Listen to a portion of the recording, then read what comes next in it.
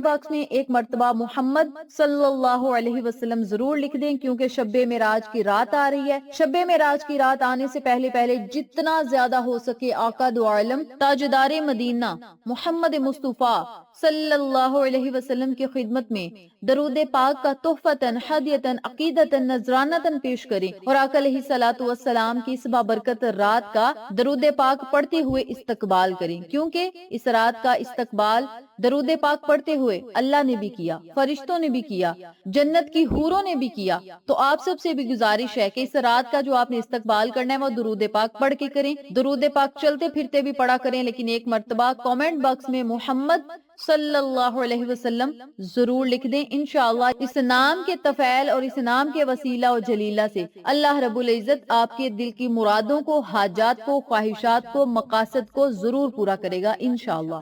آپ نے اس عمل کو، اس وظیفے کو 21 رجب یعنی بدھ کے دن سے شروع کرنا ہے۔ بدھ والے دن آپ نے نماز عصر ادا کرنی ہے۔